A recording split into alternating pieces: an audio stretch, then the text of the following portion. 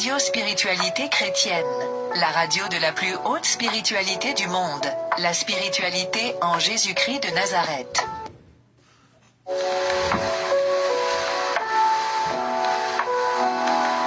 Radio Spiritualité Chrétienne, la radio de la plus haute spiritualité du monde, la spiritualité en Jésus-Christ de Nazareth.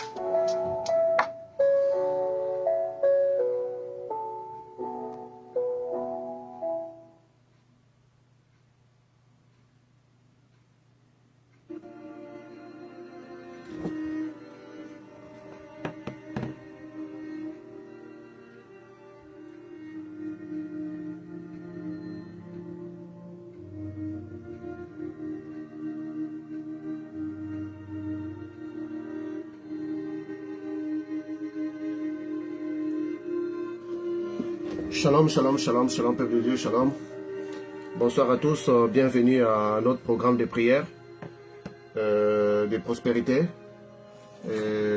Comme vous le savez, chaque dimanche, nous faisons la prière de prospérité et nous intitulons chaque semaine par rapport à une pierre précieuse. Dans cette semaine, nous sommes dans la semaine d'Agathe. Nous sommes dans la semaine d'Agathe, dans cette semaine. Donc la semaine d'Agathe, Agathe c'est une pierre précieuse. Donc notre semaine c'est la semaine d'Agathe. Mais la particularité de cette semaine d'Agathe, nous allons prier pour le problème des visas et les problèmes des documents. Et surtout qu'un grand nombre d'entre nous vivent à l'étranger. Et dans l'étranger, en majorité, ce ne sont pas leur pays d'origine. Donc d'où le problème des papiers se pose pour plusieurs personnes. Et surtout avec le vague de la politique immigratoire de Donald Trump, surtout au niveau des États-Unis. Il y a un décret qui consiste à refouler par mois 3000 personnes dans tous les États-Unis. Donc par mois, les États-Unis doivent refouler 3000 personnes.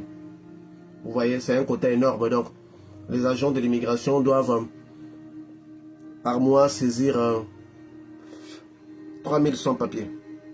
Vous imaginez 3100 papiers par chaque mois. C'est ce qui fait déjà rien qu'en 10 mois. Rien qu'en 10 mois déjà, il y aura 30 000. Donc dans une année, il y aura 36 000. Non, il y aura 80. Non, attends, qu'est-ce que je dis 30. Donc si c'est 3 000 par mois.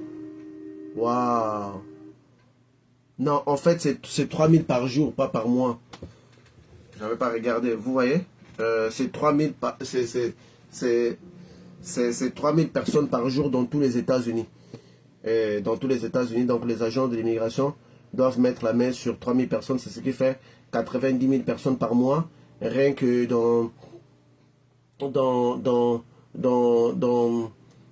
une année, dans 10 mois déjà, il a pour but de refouler dans les 900 000 personnes. Puisque normalement, c'est estimé avoir 50 millions, plutôt 5 millions des immigrés illégaux. Donc, il compte refouler au moins durant son mandat à peu près 4 millions.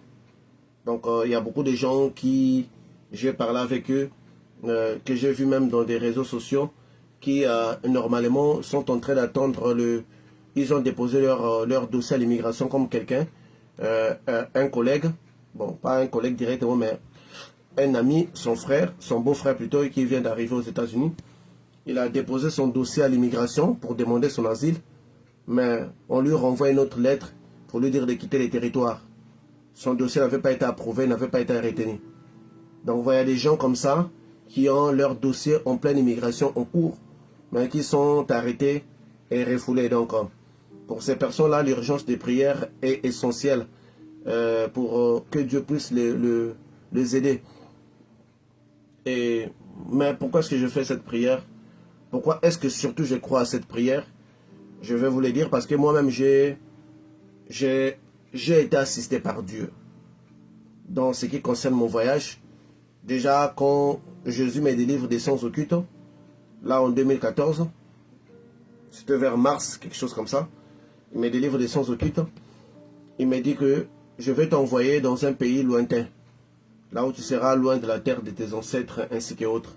Mais la femme qui partage le même toit avec toi, il ne faut pas l'emmener Et il ne faut pas non plus continuer la relation avec elle. Car elle te fait beaucoup de mal en cachette. Et effectivement, mon ex-femme, à cette époque-là, elle trichait. Elle trichait pour la simple raison, j'étais pauvre. Je n'avais pas de voiture. Je n'avais pas un bon salaire. J'étais un débrouillard. Et elle, elle était en train de tricher avec un gars qui avait une Toyota Starlet rouge. C'est bizarre que je me rappelle encore de la marque et de la couleur de cette voiture. Je pense que c'est resté vraiment dans mon subconscient. En fait, une Toyota Starlet rouge. Oui. Et il sortait avec ce gars à cause de la voiture parce que bon, elle était influencée par ses amis qui avaient déjà des petits copains qui avaient des voitures. Or, moi, j'étais la seule personne qui venait les chercher à pied. Donc j'étais un grand piéton automatique international. Je connaissais tout. Je connaissais des raccourcis bizarres. C'est comme si j'avais des pinets dans mes jambes en roulette. Je peux te faire un grand trajet. Je connaissais des raccourcis, tu ne peux pas imaginer. Donc vous pouvez pas faire dans un transport comme moi, je peux arriver en premier. Et elle était un peu lassée de cette vie-là. Elle voulait quelqu'un qui, quand elle est quelque part, elle appelle, on vient la chercher. En voiture, tout comme ses amis en fait. Vous voyez, des personnes influençables sont vraiment piètres. Et moi je n'en veux pas, donc elle avait triché avec ces gars-là. Et il y a tant de choses que je ne savais pas. Quand Dieu m'a dit, ah bon, j'ai commencé à creuser et puis Dieu a commencé à donner des preuves physiques et même dans les songes, je me montrais comment, à quoi ressemblaient ces personnes-là. Et moi je lui disais, écoute, bon, tu sors maintenant avec un homme qui est comme ça. J'ai décrit la personne. Et elle était bouche bée en fait. Parce que ça lui dépassait, elle le faisait depuis longtemps, moi je ne le voyais pas. Et quand j'ai commencé à prier, c'est pour cette raison-là que Dieu me dira, vas-y, tu iras dans un pays éloigné, mais tu ne l'emmèneras pas parce qu'il te fait beaucoup de mal. Et Dieu, après avoir dit ça, vous savez, quand Dieu nous dit quelque chose, on veut parfois insister, parce qu'on dit encore l'amour dans le cœur. Dieu a encore emmené des preuves physiques dont j'avais un ami qui travaillait dans le sonde pétrolière. Je ne sais pas s'il travaille toujours, s'il est toujours vivant, qui travaillait dans les sondes pétrolières, qui gagnait bien sa vie. Il gagnait dans les 2000 et quelques dollars. Et à cette époque-là, c'était beaucoup d'argent. Et bon, moi, je n'avais même pas un salaire, vous imaginez. Et elle était même sortie avec cet ami-là. Et malheureusement pour elle, mon grand frère l'a appréhendé, l'a pris la main dans le sac sortant d'un hôtel. Donc il y a tant de choses comme ça, tant d'épreuves que Dieu m'avait données, qui disait que je ne pourrais plus emmener cette femme-là. Donc Dieu ne la voulait plus dans ma vie. Et quand Dieu m'a dit que je vais t'envoyer dans un pays éloigné, tout mon j'ai dit, mais Seigneur, moi je n'ai même pas de l'argent. Tu vas m'envoyer dans un pays éloigné, mais moi je vais aller vivre là-bas comment? Je n'ai rien là, donc c'est pas possible. Comme Dieu dit, j'ai dit, ben, je vais attendre. Et vraiment écouter ces petits témoignages parce que ça va encourager les gens qui parfois sont stressés à cause de problèmes de documents ou de visas. Vraiment, je sais pourquoi je vous l'ai dit, parce que je suis moi-même passé par là. Et comme vous le savez, moi j'aime toujours faire des choses que moi-même j'ai vécues, que moi-même j'ai de l'expérience pour être plus efficace. Au moins je connais l'issue. Donc quand Dieu me dit ça, j'ai dit bon, je venais des choses occultes. Je n'avais pas la foi que j'ai aujourd'hui envers le Christ. Donc je n'avais pas cette foi. Et puis vous savez, quand vous venez de découvrir que la voie dans laquelle vous avez aimé, la voie dans laquelle vous avez donné le maximum de vos efforts, ce n'était que Satan. Donc j'étais quelque part aussi un peu méfiant. Mais je savais que Jésus était plus puissant que la voie dans laquelle j'étais parce qu'il avait pu me délivrer de cette voie-là. Je savais qu'il était déjà au-dessus de ça. Ça, il n'y avait pas de doute. Mais je me posais la question, comment est-ce qu'il va faire? Est-ce que je vais avoir un travail qui va me donner beaucoup d'argent pour faire les démarches de voyage? Vous savez, quand Dieu donne une prophétie à quelqu'un, l'être humain a toujours tendance à vouloir aider Dieu. À vouloir aider Dieu, à vouloir mettre sa main dans l'arche pour que l'arche ne tombe pas. Il pense qu'il est utile dans les projets de Dieu. Or, Dieu peut faire ces choses tout seul. Moi, je m'attendais que je puisse avoir un contrat. J'ai dit, ben, je vais avoir certainement un contrat qui est bien, qui va me donner beaucoup d'argent, que je vais faire les voyages. Je sors dans la rue comme ça, après, dans la même semaine, je pense. Je vois un ancien ami que j'avais vu depuis longtemps. Il passe, il me dit, mais tiens, toi, tu ne veux pas voyager. Je dis, ah, il y a quelqu'un ici qui ne voudrait pas voyager. Ça, c'est quelle question? Il dit, non, mais parce que j'ai un dossier pour les États-Unis. Je dis, vous avez un dossier pour les États-Unis? Ok. Et avec des problèmes que j'ai traversés, avec des pressions que j'avais dans ma vie, que ce soit des pressions au niveau du couple, des pressions du pays, toutes ces conditions-là, vous savez, il y avait tant de choses dans ma vie. Alors, je dis, ah ben oui, donc, on va voir ça. Il me dit, ben, donne-moi ton passeport. Et je venais aussi à peine de faire mon passeport. Quelque chose me disait de faire mon passeport déjà. Je prends mon passeport, je dis bon, j'ai les passeports. Il me dit non, je veux pas prendre ton passeport, mais je veux être sûr que tu as les passeports parce que je veux pas travailler pour rien comme ça. Et puis voilà, donc, mais moi je vais te donner $300. Tu vas me payer $300 pour que je puisse voyager. J'ai dit, ah, $300. Or, le voyage à cette époque-là, c'était $3000. Rien que pour le visa, sans les billets. Moi, je dis, ah, 300. Donc, on a enlevé un zéro. Ah, ok, c'est bon. Je dis, mais je vais te les donner. Il me demande les photocopies des passeports. Je lui passe les photocopies des passeports. Après quelques jours seulement, il m'appelle, il me dit que non, tu as une interview.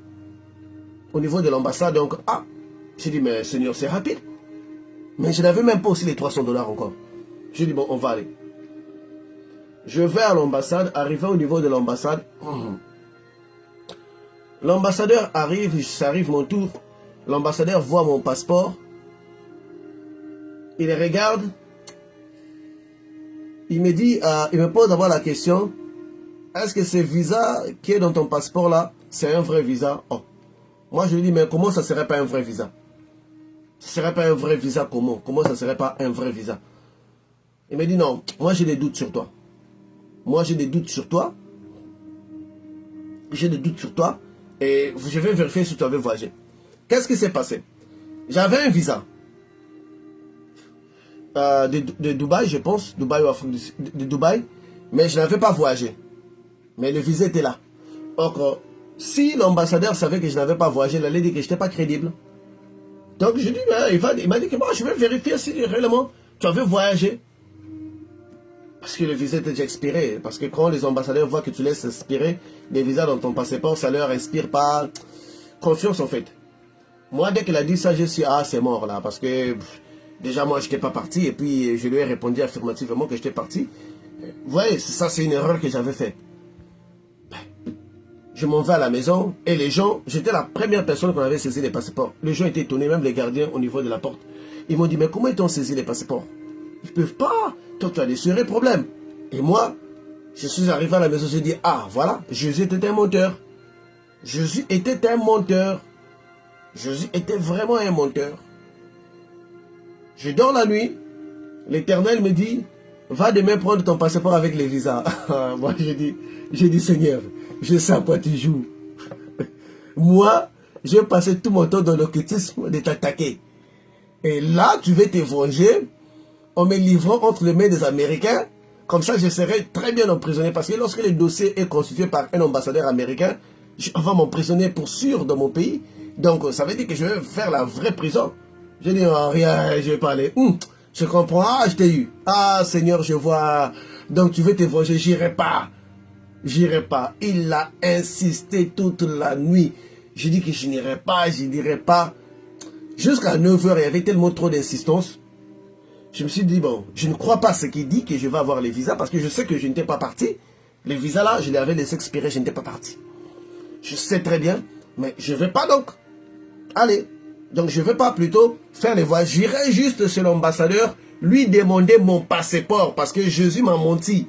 Donc il n'y a plus quelque chose à voir dessus là. Je m'en vais.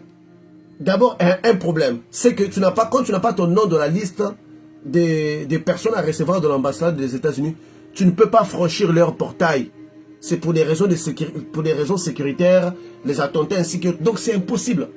Je savais que, arrivé à la porte, on ne va pas me laisser passer. J'ai dit que quand j'arrive à la porte, quand même, je vais demander à un gardien d'aller réclamer mon passeport à l'intérieur. Pensant que ça allait être possible. En fait, c'est pas possible. J'arrive là à la porte, dès que j'arrive à la porte, un gardien me regarde, me dit, mais c'est toi qu'on avait saisi les passeports hier. J'ai dit oui. Il dit, ah, toi, tu as des sérieux problèmes. L'ambassadeur t'attendait aujourd'hui. J'ai dit, bien sûr, il m'avait dit qu'il m'attendait. Il dit, mais ton nom n'est pas dans la liste. J'ai dit, mais il ne m'a pas donné un rendez-vous comme ça. Je n'ai pas pris les rendez-vous en ligne. Il m'a dit demain de revenir.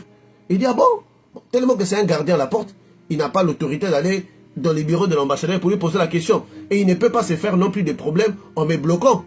Donc, il ne sait pas d'être dans l'impasse. Si je les bloque, l'ambassadeur va se fâcher contre moi parce que moi, j'ai empêché cette personne qui l'attend et je n'ai pas les pouvoirs. Donc, il est obligé de me laisser entrer. J'entre. Ça, c'est le premier défi. J'arrive là, je n'ai pas les noms dans la liste. Donc, l'ambassadeur appelle seulement des gens qui ont les noms dans la liste. On a appelé. À 16 h pile, l'ambassade doit fermer. À 16 h, l'ambassade a fermé.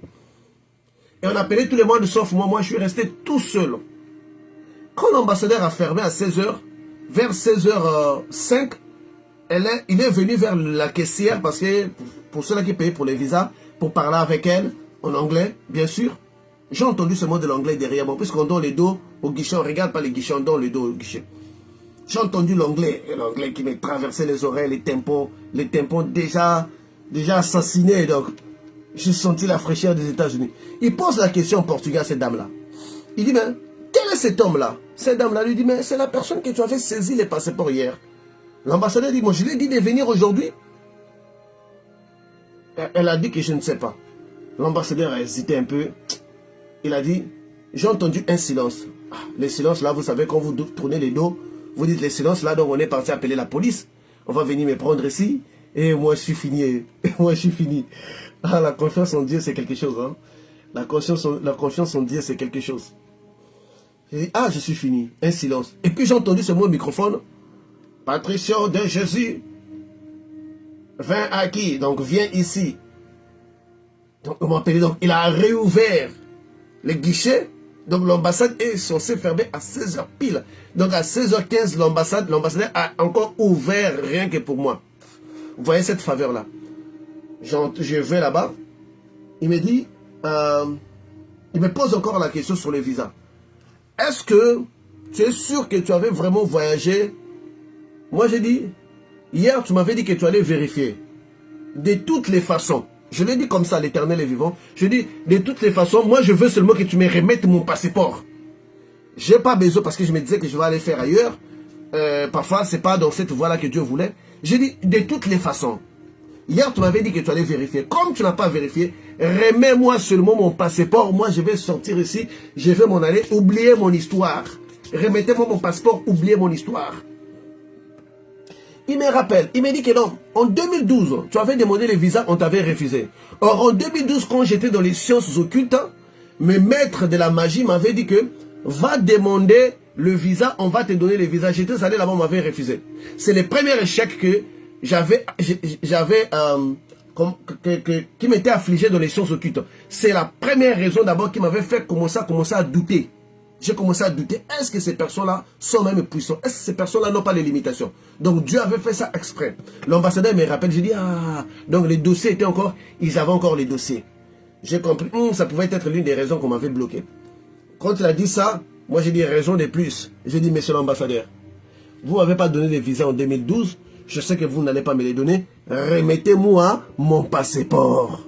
C'est simple ce que je suis en train de demander. Il m'a dit, tu travailles à l'aéroport. Vous savez, pour faire les dossiers du visa, il faut avoir un travail stable. Mon travail que je faisais n'était pas, vraiment, le salaire n'était pas vraiment celui-là. Donc, je devrais avoir un dossier solide au niveau de l'aéroport. Parce qu'à cette époque-là, c'est l'aéroport qui avait un visa et qui avait un, comment est-ce qu'on appelle ça, qui avait des salaires solides.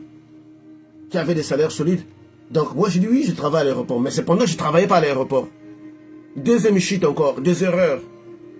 Dieu n'arrête pas d'accomplir ses projets dans notre vie parce que nous faisons des erreurs. Nous trébuchons plusieurs fois. Nous trébuchons, mais le plus important, c'est que de garder toujours la foi. Moi, je dis oui. L'ambassadeur dit, bon, c'est bon. Je vais vérifier à l'aéroport. Si tu travailles réellement à l'aéroport, moi, je t'accorde des visas. Moi, je dis, comme moi aussi. Déjà, quand je sais que je n'ai plus rien à perdre, je deviens tellement têtu. Je t'ai dit de me remettre mon passeport.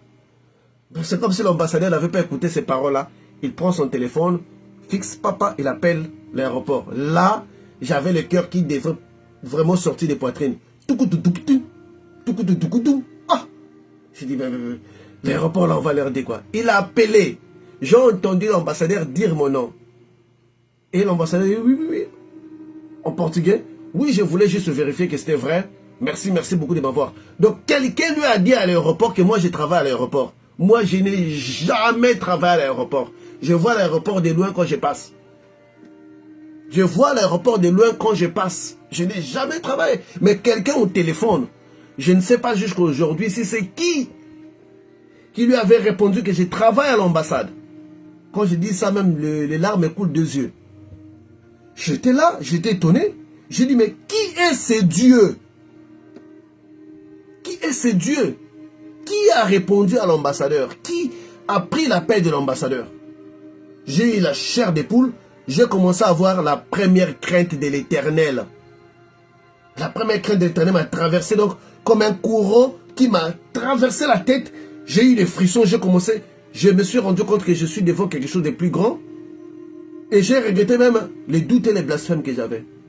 L'ambassadeur me dit, me regarde aux yeux, il dit, bon voyage.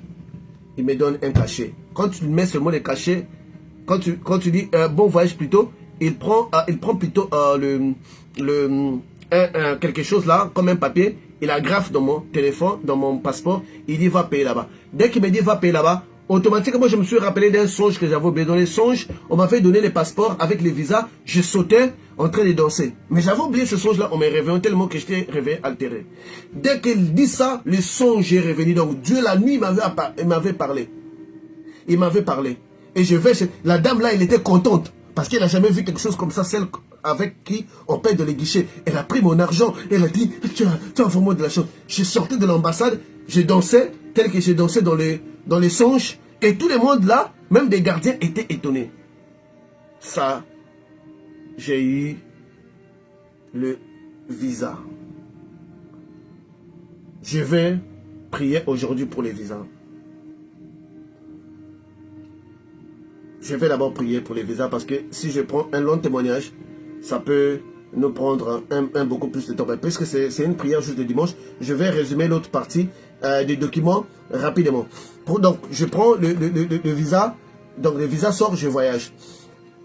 Les documents que quand j'arrive aux États-Unis, on me dit, oh, bon, vous savez, vous, dans votre pays, on ne vous donne pas de l'asile politique facilement parce que votre pays est stable, les conditions de vie sont bonnes, donc c'est probable qu'on ne te donne pas. Il faut que tu trouves une femme ici. On m'a dit ça. Moi, je suis rentré dans la chambre, j'ai prié, j'ai dit, Seigneur, tu m'avais dit que tu vas m'envoyer dans un pays.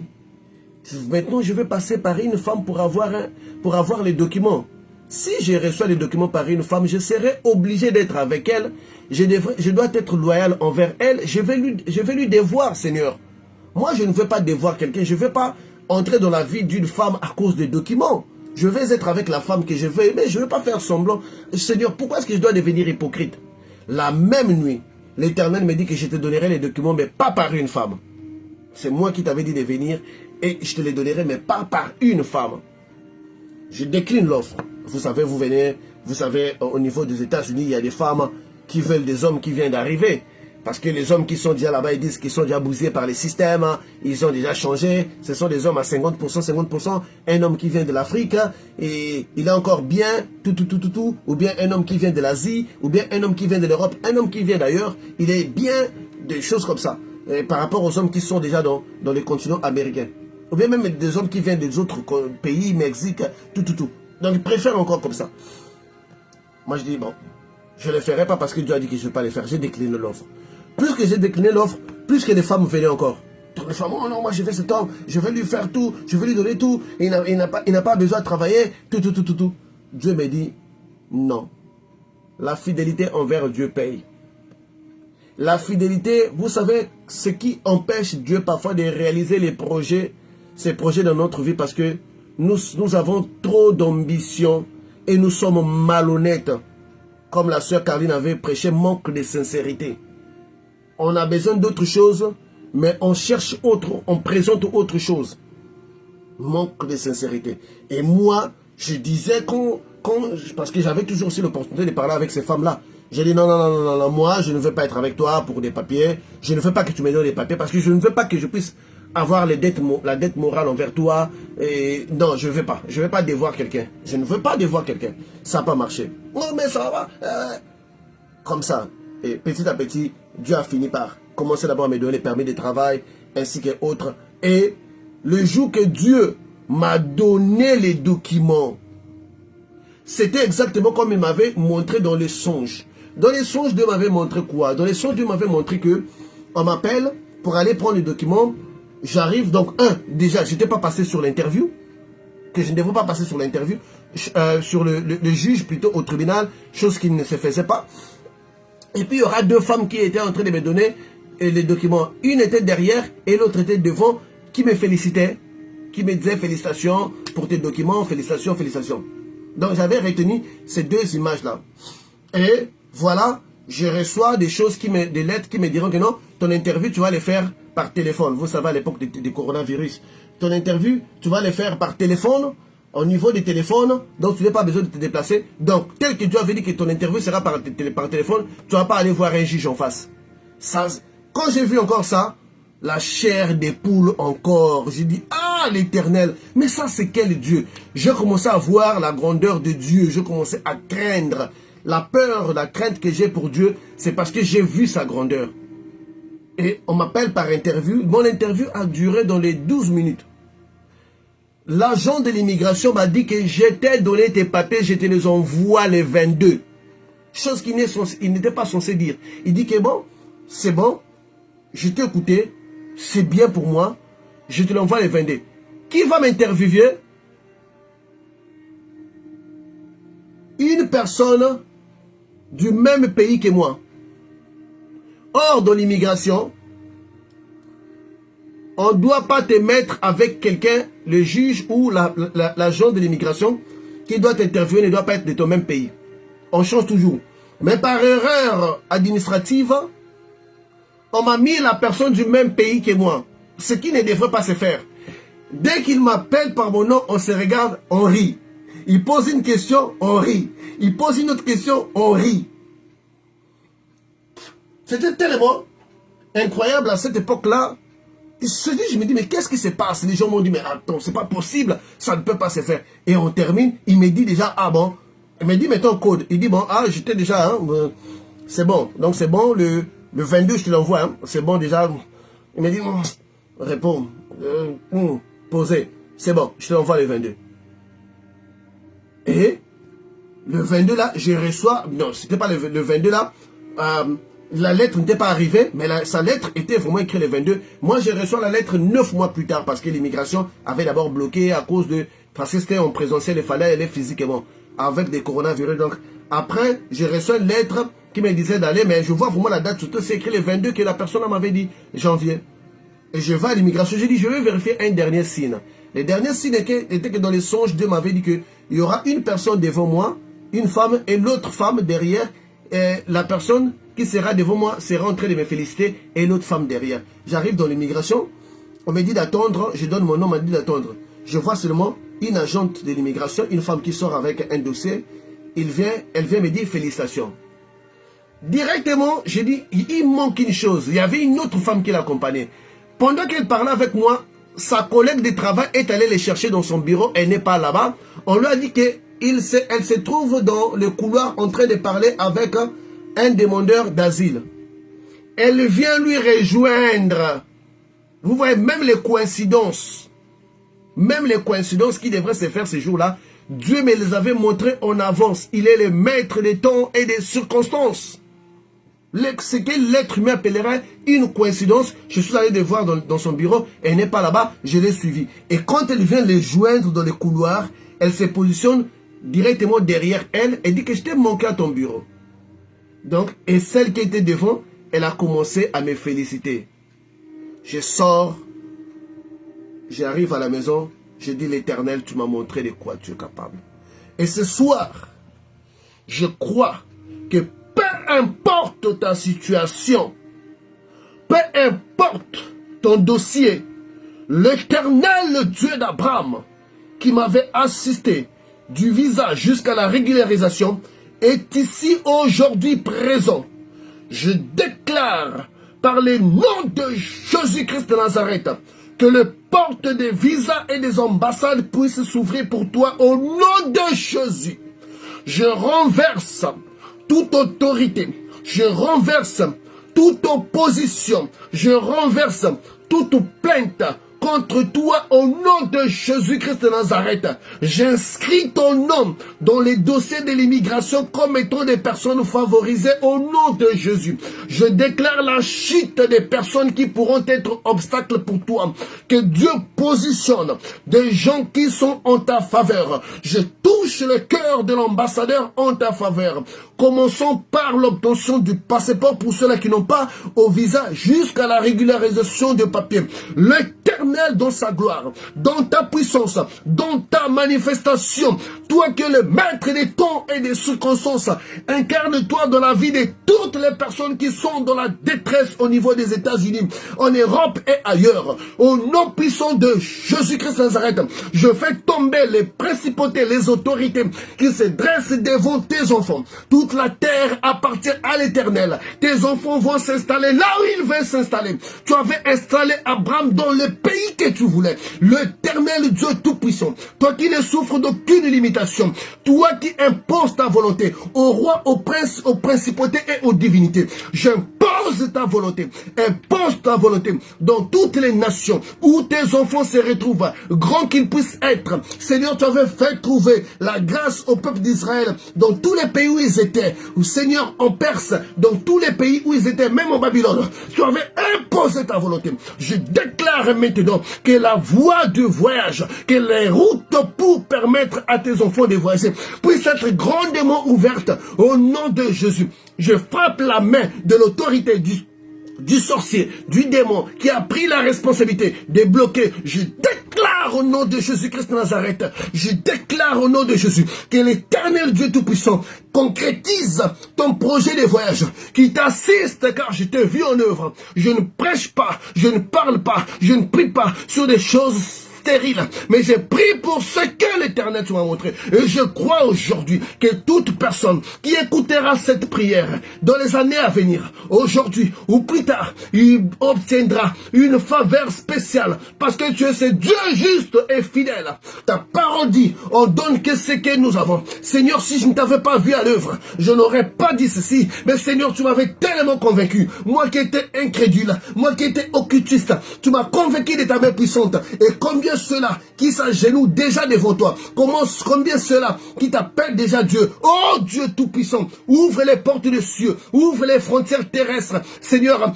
fais-leur trouver grâce devant les autorités de chaque pays là où ils sont. Comme tu avais fait trouver grâce à Joseph devant Pharaon. C'est toi le Dieu qui fléchit les cœurs du roi, qui fléchit les cœurs même des occultistes. Et je déclare maintenant, par le nom de Jésus-Christ de Nazareth, toi qui es souverain, que à partir de maintenant, à cet instant que je prie, dès lors que cette parole est en train de sortir de ma bouche, que les frontières de tous les pays sont ouvertes pour tes enfants, au nom de Jésus-Christ de Nazareth, que la régularisation de leurs documents dans les pays où ils se trouvent, c'est une imposition. J'impose cela au nom de Jésus. Ce n'est pas négociable. Je déclare que l'administration céleste régularise toutes les personnes dans les différents pays au nom de Jésus. Pour ceux qui sont au niveau des États-Unis, ils sont invisibles devant les agents des ICE. Toute l'immigration travaille en leur faveur au nom de Jésus-Christ de Nazareth. Dieu Tout-Puissant, Créateur des cieux et de la terre, couvre-nous de ta main puissante, de ton manteau et rend tous nos projets de voyage possibles, parce que ton serviteur a prié, ton serviteur qui t'a vu à l'œuvre l'a encore imploré. Gloire et louange à toi, Seigneur Jésus-Christ de Nazareth. Amen. Que l'Éternel, mon Dieu, vous accompagne, qu'il soit avec vous. Soyez de la paix, enlevez l'inquiétude et la crainte. Tout va se concrétiser. Cette semaine d'Agathe, tout va se concrétiser. Nous sommes les groupes Spiritualité Chrétienne. Moi, c'est les procès Patrice de Jésus. Pour tous ceux-là qui ne sont pas encore membres de nos communautés, n'hésitez pas de rejoindre nos communautés respectives afin que vous ayez plus d'assistance. Que le Dieu d'Abraham, d'Isaac et de Jacob soit avec vous. Amen. Radio Spiritualité Chrétienne, la radio de la plus haute spiritualité du monde, la spiritualité en Jésus-Christ de Nazareth.